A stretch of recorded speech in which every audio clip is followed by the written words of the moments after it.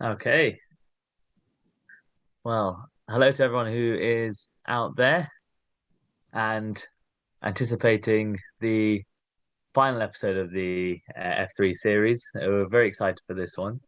Um, we have with us today Luke, who is raring to tell us all about his experiences working as a interim medical director on Carnival Cruise, which is something that is not, I guess, not something that we as sort of doctors may fully understand and fully appreciate. Really, I guess to a certain extent, the route into this sort of pathway. But I think we've got a lot to talk about and a lot to explore in this. So just as a introduction, as we always do, I'm Sergeant. I'm one half of the portfolio clinic alongside Shiv, and we have the final episode of the F3 series today. How are you feeling today, Luke? Yeah, very good. Thanks for having me on. Really appreciate it, and it's Oh, good to it's an see you absolute both again. pleasure. Yeah. How are you today, Shiv, as well? Yeah, not too bad. I'm excited for this one. I think this is a really unique opportunity, and we've had a chat with Luke, and I think he's got some really interesting information about this unique opportunity. I think it's becoming a little bit more common and a little bit more.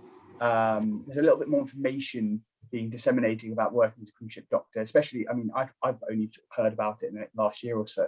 But I can hear other people talking about it as well. And I think from the interest we've had today for this the show, clearly other people are really interested in it as an opportunity. So yeah, I'm excited to have a chat with Luke today and find out more. Well, why don't we delve right into it? I think that would make the most Should we sense. should we quickly just I'm just going to share the dynamic notes as well. Shall I stop Perfect. sharing? If I do that, and then I'm going to just I'm going to pin people. Hold on. Sorry, a bit of a, and then I just need to share. Crack on while I'm sharing this as well. Perfect. So, yeah, I think the first sort of point of call, or something that those who are out there would probably be interested to learn about, is sort of your route into medical training and sort of your medical background before obviously you entered the cruise industry. What was sort of your route post medical school and sort of the direction that your medical career took in following medical school? Sure. So I had a fairly clear intention when I was at medical school, especially towards the end, that I wanted to go on a path towards emergency medicine, and it's a passion that I still have. I did my foundation years, F1, F2. I did them in Wales, actually. Ended up in Abergavenny for F1, F2. Decided I wanted to take an F3 year. It at the time, I think, was still sort of maybe less than a 50-50 split at that time as to how many people were doing it, but it was definitely more accepted at that point. Yeah. So went on and did an F3 year, primarily doing emergency medicine. I had applied at that point, or at least looked into the possibility of cruise ship medicine. I had a couple of colleagues who'd gone into it and given some pretty good stories about it, but I was too early at that stage and recognized that, even if I had the time under my belt, it's obviously a very independent specialty. Yeah. So just persevered, really. Did a lot of A&E in F3, big long stretches of night shifts in a DGH, doing as much as I could, which was great. Really enjoyed that. And then went into emergency medicine training. So, and it was a weird shift, actually, from being relatively independent in Wales overnight to then going into ST1 in A&E in a teaching hospital, big teaching hospital, where it was, like very much more hands off and being chaperoned away from resus towards, mines and things, and it was a good learning experience. And then I did obviously my second half of that year in MAU, and I think from going through that process, probably what's pertinent to you is that maintaining a portfolio, as well as doing your Definitely. as well as doing your kind of core hours on call, all your KEXs and DOPSs and all that kind of stuff.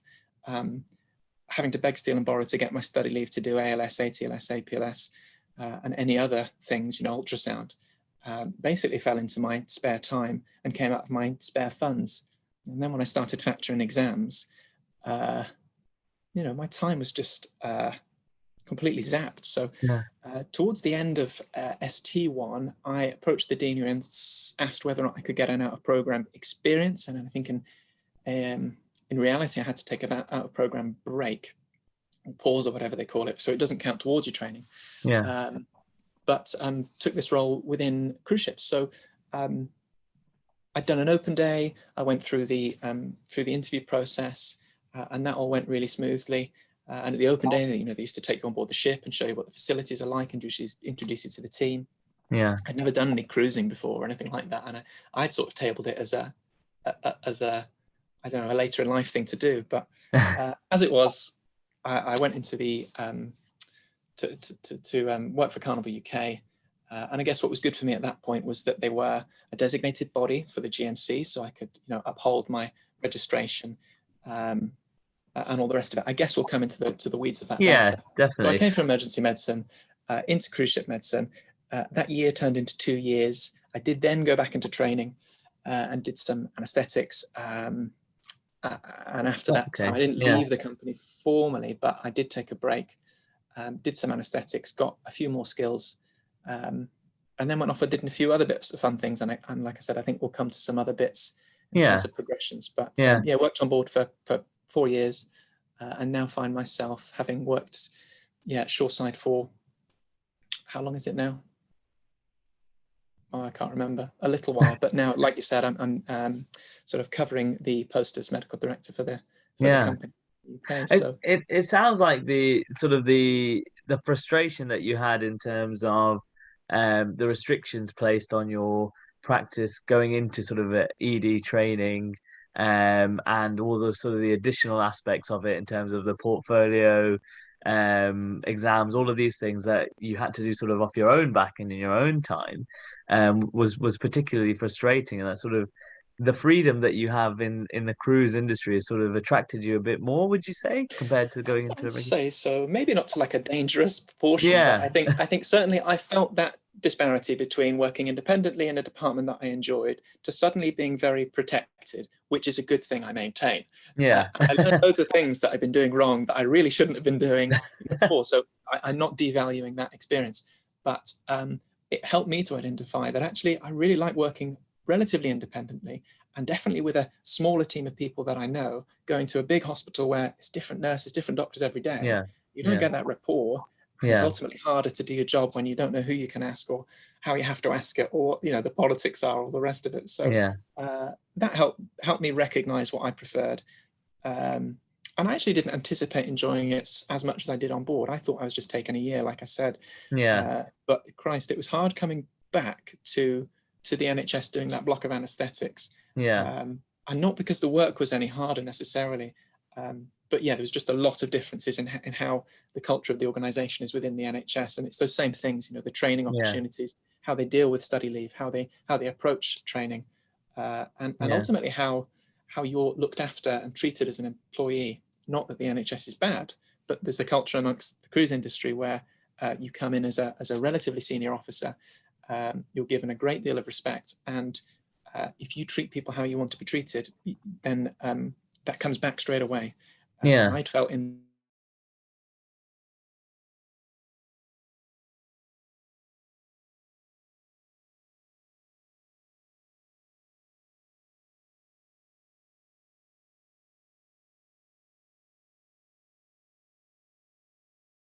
which I guess at times in a very, very busy clinical environment, and especially if doctors are coming in and out, you don't get that camaraderie. And it sounds like the cruise industry really does have that. Just going back, so the path that you took, you did your foundation training, you did an F3, which was mainly based in ED. And then following on from that, you actually had the opportunity to work for a short period of time in the cruise industry. Is that correct? So no, I did my ST1 and then went to sea for 2 years, and then came back to the NHS for a brief stint and how did you get into there initially? What was it that sort of? So I had a friend who'd done it, and he was older than I, but was at a similar point, maybe a year or two ahead of me in training. And he sort of sat me down and said, "Listen, you really want to think about doing this at some point, because you know the lifestyle you're offered, I'm sure it would suit you as a person. You know, have a think about this, and this." And like I said, I went on the website, the Carnival UK careers, had a look through the kind of job spec, recognized I was a little bit further away than I should be, and then just went through their kind of pro forma for what we needed to achieve, and made sure I was compliant with that. So had an interview, was successful, and then there's just a bit of paperwork to do, get yourself measured for your uniform, and you're away. You mentioned compliances and being compliant with what they obviously wanted. What, as somebody who wants to go into being a cruise doctor potentially for a short period of time, maybe for a longer period of time, what sort of what do you have to be compliant with in terms of your medical practice in order to get into something like this? So I'll start with the kind of non-medical side. Just as a reference point, you will need to, as a seafarer, have a medical, and that's a loose assessment to make sure that you've not got any medical conditions that will conflict with the role that you're undertaking. It's, you know, hearing, sight, and any significant past medical history. After that time, in terms of medical qualifications, to work on a cruise ship that carries passengers, you need to have a background of some description relating to emergency medicine. It is very preferable to have some intensivist or anesthetics experience. And in an ideal world, you'd have some flavour of general practice as well, although that is not so much the focus from the specification.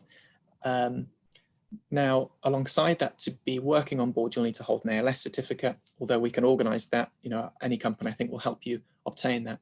And then once you progress through, if you want to be a senior doctor, you'll need to hold a TLS course. And if the ship is carrying children, then a PLS as well. So it's fairly well structured, but you need to have been qualified for, I think, 3 years in total. But actually, in terms of, that's the formalities of what you need. The reality is that you will be responsible for, you know, when you join, at least, you're going to be the crew doctor, and you'll be responsible for looking after the crew care. Now, I'd say 90 to 95% of that will be mainly general practice things. The difference from the NHS being all of your patients will be relatively young, relatively healthy, relatively happy, and relatively keen to get better as well. So I guess they want to enjoy their cruise, don't they, at the end of the day? Well, the crew in themselves want to be working. You know, they're who you'll be primarily looking after. But I'd say that 5% of things that aren't general practice, you will be called to emergencies. You will at times be on call, responsible for some of the guest care, and you'll have to have a grasp. You know, if the worst happens and the response alert goes off at 4 in the morning, then you need to be able to provide that level of care. So I'd say, formalities aside, you would need to be comfortable in a situation where you're as part of an arrest team or dealing with some kind of trauma, or, you know, you'd need to have that background, or at least the intention to pick up those skills before you start taking responsibility for those situations. So yeah, I see. And I guess it is something that when you're in an environment like that, I guess anything could happen at any point, and obviously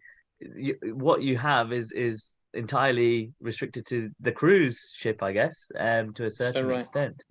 And how did you feel making that adjustment during your first time that you set out to sea and you began working following your ST1 year, and once you pursued it? It's a good question. I mean, I had anxiety, you know, what if I'm left and X, Y, and Z happens? I mean, the reality was, in A&E, I don't think I've done an hour of a shift, never mind a full shift, without leaning across to one of the nursing colleagues and saying, what do you think of so-and-so, or another doctor, or having a conversation. And the same applies. You know, you've got potentially 4 or 5 nurses around you that might have worked at sea for 1 year, 5 year, 10 years, might have been a matron in a medical ward. You know, they've got good experience. You've got a senior doctor in charge who will have at least done his, you know, a couple of years at sea, or a year or 2 at sea, and they'll know the nuts and bolts of how things work practically, which I think was the biggest adjustment. The other adjustment that took time was recognizing that it wasn't just your your clinical problem, but it was also your geographic problem. So you have to kind of correlate the two. So if you've got someone who's having a heart attack and you're in Port in Southampton, you do what you do. You get into hospital and you send to the lab. But if you're 4 hours away from Barbados, and it's rough seas and the wind's going northeasterly, then things might change. You might consider your options. So you always having to layer it on, not just what they are, but how long you've got to kind of manage it as gold standard, and what comes next if you can't manage that against what can we achieve from a logistical perspective. And that's what I really quite enjoyed, which I didn't think I would, but that was a challenge. It's an opportunity to think on your feet, isn't it, really? Because you have to work within the restrictions of the facilities that you have around you, and also think about the logistics of where you're going to, how far you are from sort of land, I guess, to a certain extent at times. Yeah, and I think on that note, I came from my MAU, which I really didn't enjoy for lots of reasons, but I came from what was the main reason? In all honesty, I just think I'm not well suited to medicine, as in core medicine. I think I've enjoyed the breadth of practice in A&E, and lots of things happening and every day being very different. And although medicine is different every day, I found the routine of that ward round dragging through to the afternoon, and then as an ST1 as well. I mean, there's a lot of things there that I just didn't feel that engaged with, and that's my deficit. But I was better suited to being on the ship. And then, like I said, I came on board, and suddenly day 2, I'm trying to get somebody off in a Greek island to hospital on a little boat, and suddenly I'm in the sunshine with a patient, carting them off to a nice Greek hospital, and it all felt all right then. So it was a good change. It sounds extremely varied, and just something that can really help you develop as a clinician, I think, and thinking on your feet. The other thing that I wanted to ask is, so when you sort of first went to sea, how did you actually come across the opportunity? How did you apply in the first place? Was it online? Was it through a friend? What actually, and why did you pick the exact sort of cruise that you followed through with in the end? Yeah, so I did. I applied online. I had a friend that had worked for this company, and I had other colleagues that had been successful in applications elsewhere. Now, I chose Carnival UK for lots of reasons. One, because it's a kind of British market, I suppose, but actually from a professional perspective, Carnival UK is a designated body with respect to the GMC. They have a responsible officer. That's me at the moment. But they have a responsible officer, and they are, they're a very good organization in terms of professional development.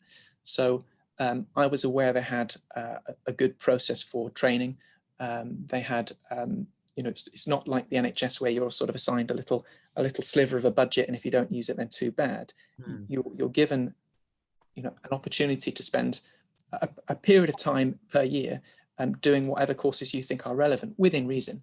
But that primarily it was because I wasn't going to be at any risk from a registration point of view by taking the role. And actually, in hindsight, I've been much better off from a professional development perspective as a result of working here. So that is unique to Carnival UK. I think that's not representative of the industry at large. But if you're a British doctor or a GMC registered doctor, it's completely translatable, and we work within the standards of good medical practice, and we that's what we expect. So it just makes things easier that if you've managed a patient in the NHS, you're going to do it the same way in principle on board. You're going to try to anyway. What the gold standard is. Yeah. I'd quite like to just delve a little bit deep into something you just said, which is, you compared the professional development opportunities, and many of the listeners will already be aware of the difficulties with sort of getting study leave, actually applying for a study budget and getting accepted, switching off quite challenging rotas to get that leave. Can you give us a little bit more information as to why you feel that professional opportunities, or the professional development opportunities were better whilst working at sea? Yeah, so I'll give you an example of when I recognized that I'd made a solid choice. So I must have done maybe one contract by this point.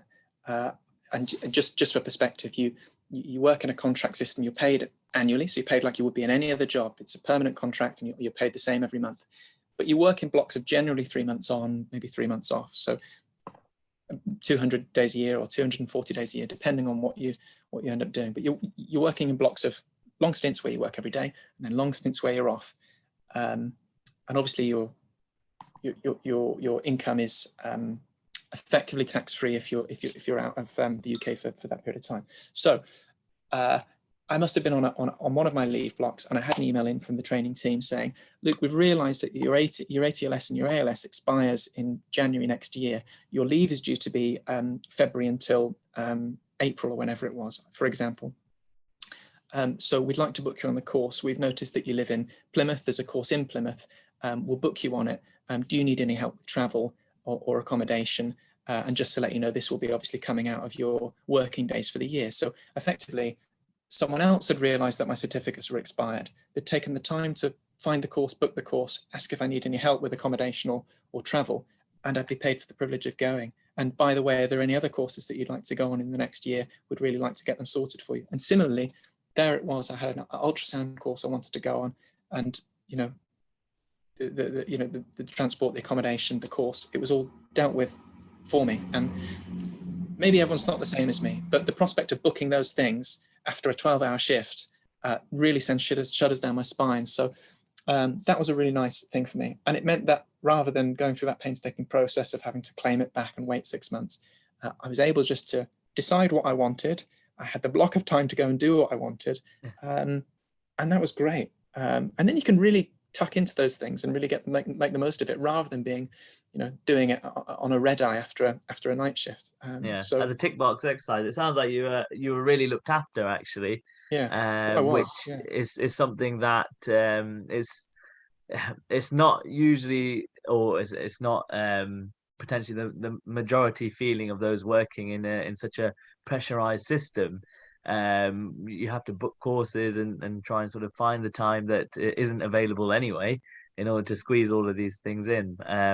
So did you feel that was a turning point for yourself then, in terms of? It was. And do you know what I thought, because I was still fresh from the NHS, and I thought, this is perfect because I can just get my exam done. I've got a 3-month gap. I can study as much as I like and just get it sorted. I think as it was, I learned to ride a motorbike instead, but that isn't necessarily the same for everyone. I don't know how far you can get with that on a cruise ship, to be fair. So yeah, you get these blocks of leave, and that really just enhanced my life as well. Just knowing when I was going to be off, knowing how long I was going to be off for. I mean, how often in the NHS are you going to get 2 months off with just, paid leave? It just doesn't happen. You'd have to take some time out in order to do that, out of training potentially. Yeah, exactly. So yeah, I guess in my brain at that time, it was take a year, get your exam done, get your courses up to speed, and it's great that that's all sorted for me. But then by the time it came to the end of the year, I'd started to, enjoy the job far more than I'd expected. So I was kind of stuck then. Yeah. What I want to delve into now is sort of the average sort of proceedings, or the average day in someone who is working as a cruise doctor, because obviously there are going to be certain similarities to minors, general practice, sort of the acute care side of things, but there's obviously going to be some stark differences as well. For you, what would be an average day for you working on a cruise ship? What are the patterns of shifts like, and what do you see? So it's really hard to give, because there's no average day. I mean, I realize that might have been a silly question to ask, actually. But it totally depends. So for example, I'll give you my kind of average of my averages. So I'll be working on, let's say, Britannia. So it's one of the bigger ships. Yeah. Because I think that's probably more representative. There was times when I was on quieter ships and there was a lot less on. But for example, you, as the crew doctor, might work a set of on-calls alongside being expected to kind of work every day within reason. So the average working day would be you get up, you might go for breakfast, you eat in the officer's mess. So there's like a spread on, and you can pick and choose kind of whatever you fancy. There's a decent coffee machine, and fruit, cooked breakfast, cereal, whatever you kind of desire. Luxuries, all these luxuries. I mean, at first very novel, but after you kind of put on your 5th or 6th stone, then maybe you have to ease off. So have your breakfast, and then your clinic might start at 8 o'clock on on a port day or 9 o'clock on a sea day. Yeah. And that clinic will run for around 90 minutes to 2 hours. Now, as the crew doctor, you're just seeing the crew, and obviously they're on board for anything up to 9-10 months. So you're effectively their general practitioner. So you'll see minor injuries, rashes, aches and pains, colds, flus, and anything of the like. And I think you get a pattern for who comes with what. And that was really important for me, having the time to spend with the patient without being pressurized, and actually wanting to spend time with them, because there's no motivation for them other than wanting to get better. They're not after a sick note. They're not after a prescription they don't need. They're not chasing down referrals for specialists. You're just doing what you need to do. And if someone does get sick, the flip side to that is you might be on call 1 out of 3 days in the day as the crew doctor. Someone gets sick in the day. So let's say you finish your clinic at 10 o'clock in the morning. If you're on call and nothing's happening, great. You're on call, so you have to be on the ship, but you might be in Barbados. So you'll pop up to the deck, sit in the sun for an hour until you're bothered, basically. Sure, rather than a junior doctor's mess. Yeah, so there are some days where there's other things going on, but on an average day, if there's no calls, then I probably would take an hour or two to either rest or enjoy the sunshine or do something different for a period of time, so that you're ready if something happens later. So you might be called over lunch, someone's fallen over ashore and broken their arm, have to come and see them, x-ray them, you do the x-ray yourself. If they need blood tests, you do them yourself. And then you and the nurse on call will patch them up. So if they need a plaster, you put a plaster. If they need a wound care, you do it. So it's a bit like house in that sense, where if they need something, you're going to have to do it. Now, there are occasions where people have injuries or illnesses that need them to be seen ashore. And if they're in port, then obviously you can send them ashore. Otherwise, you might have to admit them. So let's say you get to your afternoon, you do your afternoon clinic from 4 till 6, maybe. You've had your lunch in the officer's mess again. Yeah. And then you've got your evening. And like I said, if you're not being pestered with on-call commitments, then generally the expectation, at least once or twice a week, will be that you'll join the guests for their cocktail party. So you'll be given a nice drink. You'll dress up in your nice black tie. You might either go for drinks or you might go for dinner with some of these guests. And that's the work aspect. That's the obligation, I guess, from the company's perspective, but it's not really an obligation. It's a nice experience. You talk to people who want to talk to you, and then you might have some social activities with the team. You might have a movie night, you might play some board games, you might head to the crew bar. There's plenty of opportunities for socializing. So I guess it comes back to that double-edged sword where you do get that camaraderie, but just recognize in that day, you've woken up and had breakfast with the team, you've done the clinic together, you've had lunch with the team, you've done the clinic together, you've had your evening potentially together. And that's brilliant, where you're all aligned and get along. And I'd say more often than not, we did. But sometimes it's quite high pressure. And if some of you are tired or crabby, or a couple of you don't get along, then there's that flip side. And if you're somebody who's very sensitive to how other people are or how other people get along, then that can be tricky. I'd say, like I said, generally, it was a really good thing for me. I really enjoyed working in this small team situation, but I think it's fair to say that that's a double-edged sword. Something to consider. So that's my average day. You might do on a perfect day, you'll get 4 hours of clinic and the rest of the time is yours. And if you're not on call, you might be able to go and play on the beach for 4 hours in the middle of the day, go to the shop, whatever else you need to do. That would be a perfect day. On a bad day, how often are you on call? So there's 2 doctors, there's crew doctor and senior doctor, and it's up to the senior doctor to kind of work that rota. So it might depend. As an average expectation, you might be, as the crew doctor, covering 2 night on calls for every one that they do, and they similarly might be doing 2 day on calls for every one that you do. And that just allows them to get there, because they've got a lot more admin to do and paperwork and things. So that lets them condense that to the days. And again, it depends what ship you're on as to how often you're pestered out of hours. Now, I was going to say the worst day then might be that you're woken up at 3 o'clock in the morning for an arrest or something, and then you still have to go and do the clinic in the morning.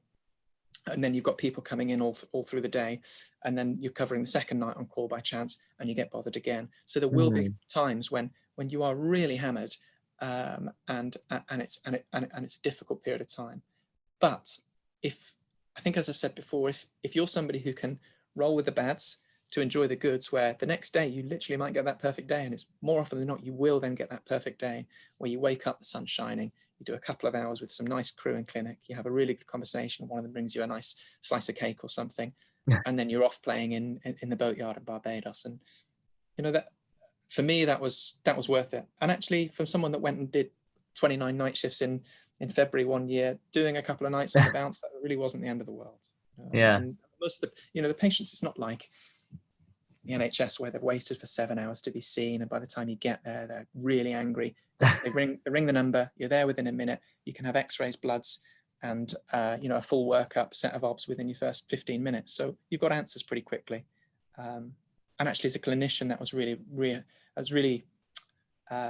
good to see. You get someone that comes in with crushing heart failure, as it comes on, and within 15 minutes, suddenly their obs are normal, they're comfortable, they're breathing, and you think, why doesn't this? Well, I've never had this happen in the NHS, and it's because it's taken 3 hours to get the ambulance, and they've waited for 4 hours in a waiting room. On a downward spiral. Or they've had a single spray of GCN. So I mean, it was really good to see, and people do turn around really quickly, and they're really happy. They've got their care.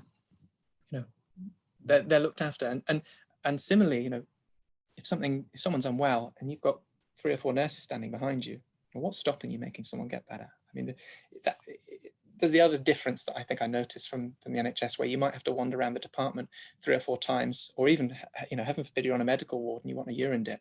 I mean, you can wait days. A urine when I was sample there. for the lab, or a stool sample. Those are the two that tend to. Anything to do with urine, like electrolytes or osmolality, it's very tricky. Yeah, so that I really liked. You have a question, you get an answer, and your care is dictated, quite quickly. So, but you do need to be decisive. You do, I guess, need to be decisive. And there's some situations where, someone is too unwell to sustain their cruise, and you need to have that difficult conversation and ruin their holiday, maybe their family's holiday. But most people understand that that's done in a situation to make the whole thing better. So. Yeah, I think all things considered, there's the good outweigh the bad. Well, that's quite interesting. So, moving on to that, we've heard a lot of the positive and the good side of things. What, in your opinion, it might be difficult, you might have to rack your brain really hard for this. But what would you say the negatives or the less positive aspects, let's say, of working in this industry? I think this isn't hard. I mean, this is a double-edged sword with everything we've talked about. You're away for 3 months at a time, which for some people is brilliant. If you want to get away, you don't want to be paying rent on somewhere, and you want to live, a simpler life, then that's great. If you've got family, children, loved ones that you really hate not seeing, then that's a real problem. And similarly, working in a small team, I loved it. Some people might really despise waking up and seeing the same people every day, or just find that they're not somebody who gets on with different people or conflicts. So that can be a real burden. And if you're on with someone that you don't get along with, that can be really challenging. But on the same thing, if you're on with someone that you really do like, and then they go home after 2 months and you've spent every day together for 2 months, that's really hard. That's really hard. So those were the worst things for me. The small team thing is the best and worst. The time away, best and worst. I'm just trying to think of any other kind of really strong negative things. And I think, as I've already said, that the variation of what comes in, really exciting. Not knowing what's going to happen next, really exciting. But if you've gone a night or 2 without sleeping properly, and you're sort of stressed about whether or not that page is going to go off, that's a horrible feeling. Or if you've had 2 nights on the bounce where the medical response alarm's going, it's in the back of your mind, and that's a stress. And I would say after some of the busier contracts, it did take me a few days to kind of stand down and realize that I'm actually not on call anymore. I can relax. I'm not going to get bleeped or rung. So you imagine working, your night shift in the NHS and trying to bed down or be on call. You're always aware of that page waiting to go off, if you even manage that. And it's the same sensation to an extent. So it did take me a little while to wind down at times, but no, I think that's probably all that I can say about the bad side. I mean, it's I guess they're linked then, aren't they, to a certain extent, the positives and the negatives. And I think double-edged sword is a very good way to describe it. It becomes down to who you are as a person. So if you like independent working, if you're able to work in stints and enjoy the good and kind of just fend off the bad for a period of time, if you like working independently and as a small team, if you're able to improvise as well, I think that's key. You might run out of amoxicillin one day, and you have to decide, what you're going to do next. It's a bad example, but you'll end up using eye drops instead of eye drops instead of eardrops, or there's little things that you'll learn that are useful, or little treatments that work for certain conditions, and you do have to be quite flexible. What's the most bizarre experience that you've had on treating patients on a cruise ship? Bizarre. It's a tricky one because obviously I don't want to kind of overshare in terms of what's happened. I mean, there's a few really difficult or strange circumstances. Being stuck in the middle of the Atlantic, with 4 days away from anything, and on the same day then getting an appendicitis, a stroke, and a nasty sepsis. Full blown proper emergencies with things where people say, "Oh, what if you get an appendicitis? What are you going to do?" The reality is there's very little you can do. But it's a strange circumstance thinking, "Oh, are they going to be able to bounce a helicopter off 4 separate oil rigs to get to us to get this?" And it's just like you're creating really difficult circumstances. But I'm not sure of any other strange circumstances. It sounds like from that experience, and also some of the other examples you've said, that there's quite a lot of logistics involved as well. Are you involved? Presumably, you're involved in that as the junior doctor, as well as sort of while you're working offshore as sort of the medical director. How much of that management and logistical side comes into things? I would say less than I would have worried about. So as a crew doctor, it always seemed very grown up to be organising these helivacs and getting blood transfusions sorted and things. It sounded really, really scary. But actually, the reality is you walk up to the bridge, you speak to the captain who's done 50 of them this year. He says, well, here we are on the map. The local Coast Guard is here. What they tend to like to do is to either get a ship transfer from here, which is really good because the conditions of the sea is, slight. And if not, they can get a helicopter from wherever. So you've got a team of people around you who know what the score is. And then you ring the person shoreside and say, well, we've got this case. And they might say, stand down, it's fine. Or they might say, yeah, carry on. That sounds like a safer idea. So it sounds very jazzy, but in reality, you're really well supported. You've got that's quite reassuring. Kind of lead you through the logistics. And it's not really you're not flying the helicopter. You're not telling them where to land. The whole ship's drilled on this. The helivac, takes, I think, about 400 or 500 man hours. They obviously do it in about half an hour, clear all of the decks, take everyone inside. There's a huge amount of work that goes into it, but it's a great opportunity to put on a high vis and a hard hat and wander around. So it's a good experience. It's a good experience. Sounds like it. Yeah. And so obviously you did your initial stint, and then you came back into the NHS and worked in anaesthetics. What was the reason for that initially? What brought you back? I had my number. I had it on hold for a couple of years, and I recognised that my amount of experience in anaesthetics and ITU wasn't as good as it could have been. It's purely from an emergency department perspective, which is fine, but it's really missing a few key bits. And at that point, I was a crew doctor, so I came out and I had been offered the opportunity for a promotion, but I thought I either need to decide that I'm going to go back into training, or if I'm going to progress here, I really had some confidence with my ability to manage an airway. And it's not just doing the airway, because that will be fine, but you got someone for 2 or 3 days on one of these ships, and it gets hard then when someone's critical for 3 days and you're responsible for it. So I just wanted to be sure that I had that, and then my options were still open. So I came back and did a few months, but as it was, I got asked to go and do a contract on a super yacht instead, and I think it's maybe not the best thing to say, but by that point I kind of got the skills that I felt that I needed, and just seeing the kind of paycheck coming in every month, and recognizing that I was probably commuting an hour each way, working most days, and falling back into that weird routine of worrying about my assessments and worried about getting stuff signed off, and worried about when my course is and when's my next day off, and can I book that annual leave, or is someone else going to take that day off? I thought, well, Christ, I just need to go back. So I went and did a few months on a super yacht, which was fine. it just wasn't as engaging as it was on the cruise ships. And then went back as a senior doctor with Carnival UK and worked on the flagships for P&O and Cunard as well, which was great. So yeah, that's my experience with anaesthetics was good, and they were a lovely team, really supportive, and I learned plenty. But it was almost worse than when I went to A&E, where I'd been completely independent to suddenly being completely supernumerary, which again is the right thing to do. But it just for me, it was really hard to just and I guess sit you'd already had a and taste of it all as well when you'd conducted the work on the sampled cruise it, in the first place. Yeah.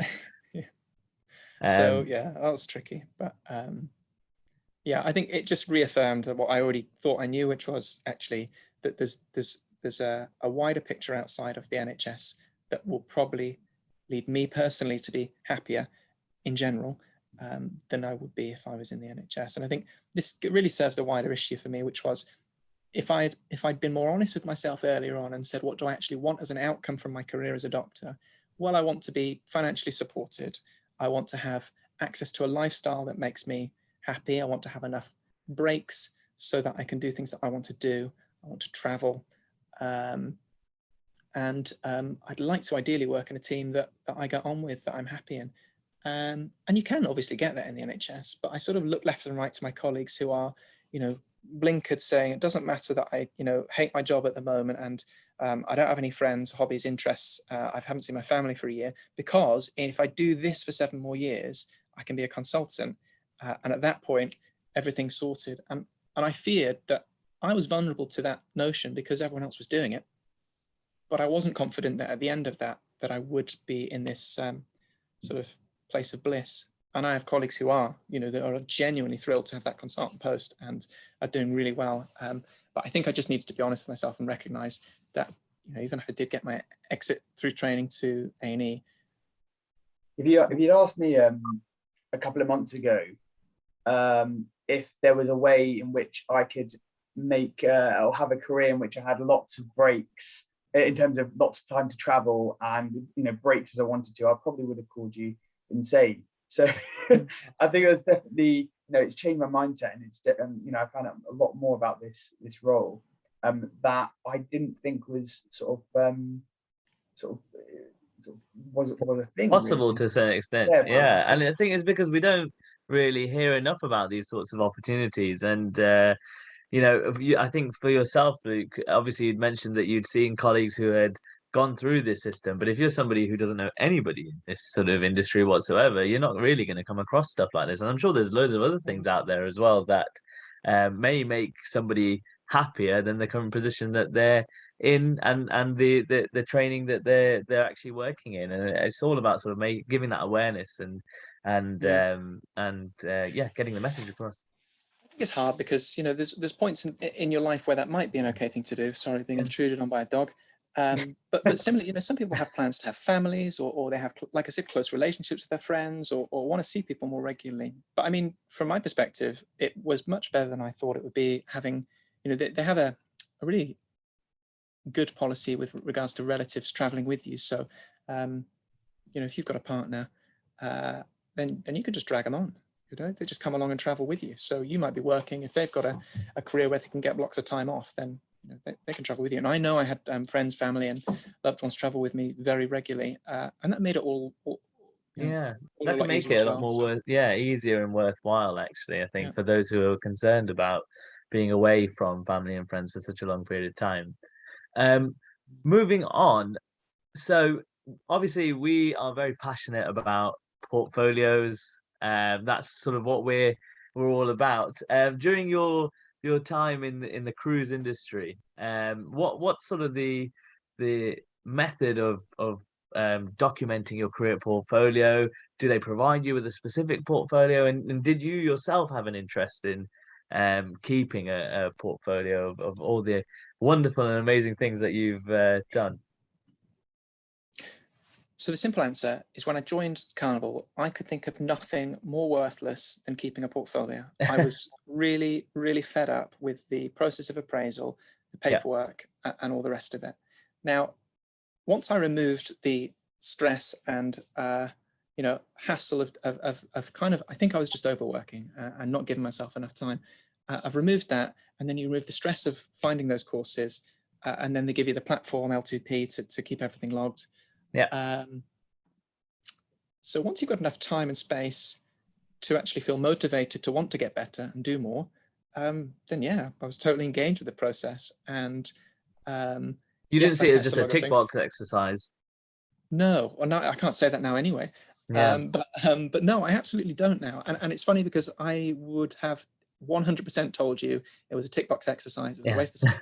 Useless. It's just, covering asses. But at the moment, I really don't see it that way, especially with the more recent changes in the process of appraisal and the point of it. So certainly how I like it done at the moment at Carnival UK, it's an individualized process. It is there to support people, and even the people that I'm appraising now that are saying, "Oh, I know it's just a pointless thing." Well, by the time you've got into a conversation about something that they actually care about, even if it's leave, even if it's I couldn't get on a course, even if it's a family issue, there's always something relevant or pertinent to their job that they would like to change that they just haven't found time for. So it's just a structure to help build them towards a better existence. So I'm more passionate about it now with more of the personal side. But yeah, I mean, just to zoom out a little bit on what I've managed to obtain from this. Yes, I've kept my registration, and yes, I've been up to date with my ATLS, APLS, ALS. I've done other courses.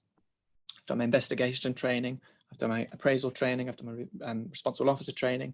There's heaps of courses that I would never have dreamed of being on in my career that I've somehow managed to whittle down into like a 4-year period. Just from having the time and space to want to grow, which that's pretty significant for me. And I think it's representative of the cohort of doctors we have. They're generally quite keen to learn and progress. Even the ones that are just with us for a year, they're here because they want to achieve something. Yeah. And often, like me, they end up staying for longer because they see their rate of growth, and even not professionally, just personally as well. Yeah, I think it sounds very, very sort of well-rounded in its approach. It's not just sort of about the clinical work, but also there's a lot of welfare of clinicians, and it seems like there's a very sort of holistic approach to the way medicine is practiced in the cruise industry.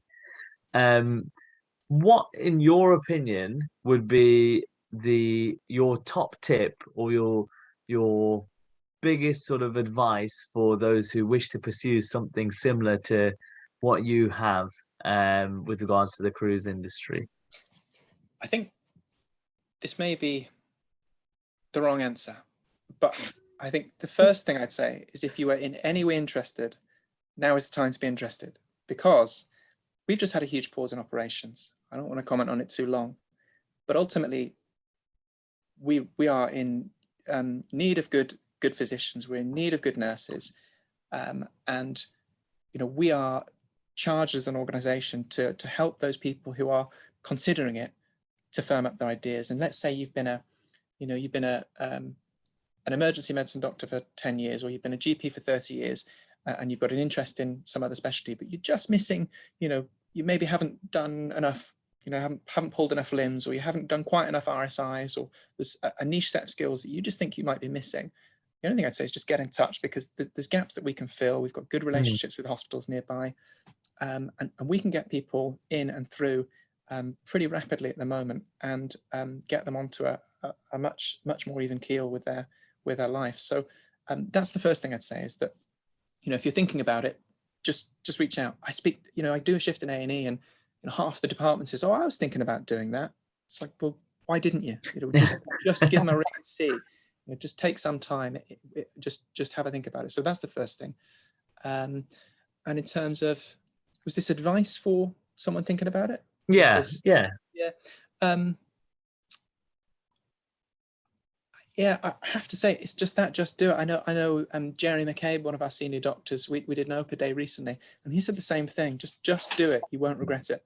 Yeah. Who would you say is the best sort of port of call in terms of getting into contact? Is it would you online, or is this online? So it's the Carnival UK Careers website, and at the moment, they've got a team of people fielding all the correspondence. We've got a lot of interest, but we are keen to get as many people interested as we can. So yeah, the Carnival UK Careers website, and there's an email box. What they'll do is if you give them a message to let them know you're interested, what they tend to do is follow up with a pro forma that just identifies what skills you have and what skills you need, and submit your CV. And then it goes from there. And if there's specific areas, like I said, that are missing, I think you can be quite open and say, how is best for me to approach this? And either they'll say, you're better off just doing a block in A&E, or they'll say, we can speak to Luke and see if there's any opportunities to get things up to speed. So most of the time we're able to help. Most of the time. Perfect. Shiv, I don't know if you have any other questions that you wish to ask. No, I think that probably I think you seem to answer all of them. Really, I think you've given us fantastic overviews to what it's like to work as a cruise ship doctor, and I think your personal experience has been really important here, because I think that's what we're trying to give the attendees is a basically some first-hand knowledge of what it's like going into, and what kind of personality traits and what kind of skills and characteristics of the type of people that go into these sort of roles. So I think that's great. And you've also talked about the portfolio as well, which is something that's quite good, important for us. I guess the only other thing, just from a personal side, is probably maybe too personal, but I historically was someone that was happy as a child, breezed through my exams, had an identity that I associated with emergency medicine, and really felt that identity. Was really strongly was certain that's what I wanted to do. It's who I was like. And I think I let my attachment to that identity delay my decision to make a change in my life. And I think that's the only thing I would critique if I had my time again, would be actually recognize earlier that the environment I was in wasn't not through fault of my own or through anything else, was just not suiting me, and making that change was really important. So I think that's really interesting, actually, because I think a lot of people do have these preconceptions of what they feel they would be best suited to. People say, since I was 10 years old, I wanted to be an orthopedic surgeon, and you sort of follow down that route because that's all you've ever sort of imagined and envisaged. But actually, if you're unhappy in what you're doing and you're unhappy in the process, then I think that you have to be open to other avenues and explore other options. And it sounds like you were dead set on the acute setting and in acute medicine, or the ED environment, and actually it was the cruise industry specifically with regards to the acute stuff that you felt the most passionate and comfortable in. And I think what really took over was that I wanted to be someone that was enjoying their career. I want to be involved in clinical medicine. I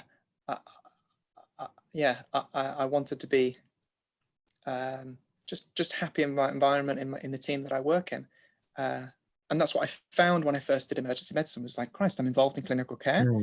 Even as a student, I'm really in the thick of it, and I like the team, and I'm empowered by being in that environment. And that's, I think, what I liked. And if I'd actually worked that out sooner, that actually what I like is teamwork, is having a bond with the patients and the people, and providing change to people that makes them feel better. And I think those are all achievable outside of the NHS. Not, it's not that you can't achieve it within there, but I think if I'd actually got to the root of what I wanted rather than the identity of it, then I probably would have been better served. So I just challenge people to have that thought.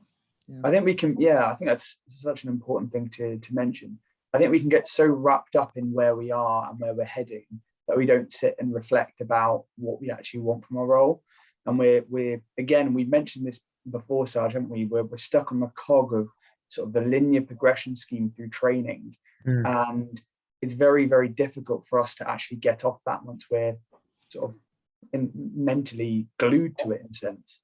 And you've done that in a sense, from describing your training. You've taken yourself and you've taken initiative to step off that linear pathway to do something different. And actually, you haven't really come back onto that linear pathway, which is. Are there any plans too? Yeah. I mean, I don't foresee that I'll be joining any training programs as such. I mean, I still dip into A&E whenever I can. I'll really enjoy those shifts.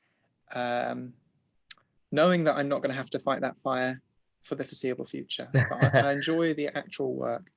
But I think if you were to tell me that my career in maritime no longer existed, I think I would probably move more towards any kind of career where I can retain my I'm not going to say personality, but at least the good side of my personality. I'm not going to compromise again on happiness like I have done before. So yeah, I think I'd take a more laid back approach and not be so driven by the destination. Actually, that's a good message to finish this on. So thank you very much, Luke. I think you've given us a wonderful insight into the world of the cruise industry from a clinician's point of view, and just made it, I think, everybody out there really motivated on just following what they're happy with in life and pursue something that they're passionate about. So it's been absolutely wonderful speaking to you. And once again, we'd like to thank Medall, obviously, for providing the platform for us to stream this F3 series, and also to be able to provide the catch-up service, which will be available for all of the episodes of the F3 series. And also, we want to promote the work that myself and Shiva have been doing with regards to the Portfolio Clinic. The Portfolio Clinic is a service of peer mentorship in which mentees will receive personal, practical advice on their aspects of their portfolio in order for them to achieve their desired career path. And at the moment, we're in the phase where we're looking for mentees and also mentors to start the first pilot of the Portfolio Clinic. So the website details are there. Hop onto the website, register, and we're also looking for an ambassador. This is obviously the final episode of the F3 series, and I think we've had a wonderful time exploring all the different sort of wonderful and special F3s that people have clinicians have conducted over the last couple of years, and we're keen to continue this. I think to a certain extent we may run another series, and what we're looking for at the moment is a ambassador who can help with the sort of runnings of this second series. So that is also, the details for that are also available on the Portfolio Clinic website as well. So yeah, don't forget to leave your feedback for those who are out there, and thank you very much for obviously supporting the F3 series and watching the episodes. They will be available on catch up, and hopefully we'll have another series of spectacular clinicians who've conducted some amazing opportunities during their time out of training. Any last remarks, Shiv? No, I think you've covered it all. I'm excited for the next installment of the F3 series. And yeah, please leave your feedback. We use it, we utilize it to make the next series better. And yeah, thanks for joining. Thank you, Luke, as well. And thank you once again, Luke. Yeah, thanks so much for having me. Really appreciate it. Yeah, all right. See you later, everyone. Take care.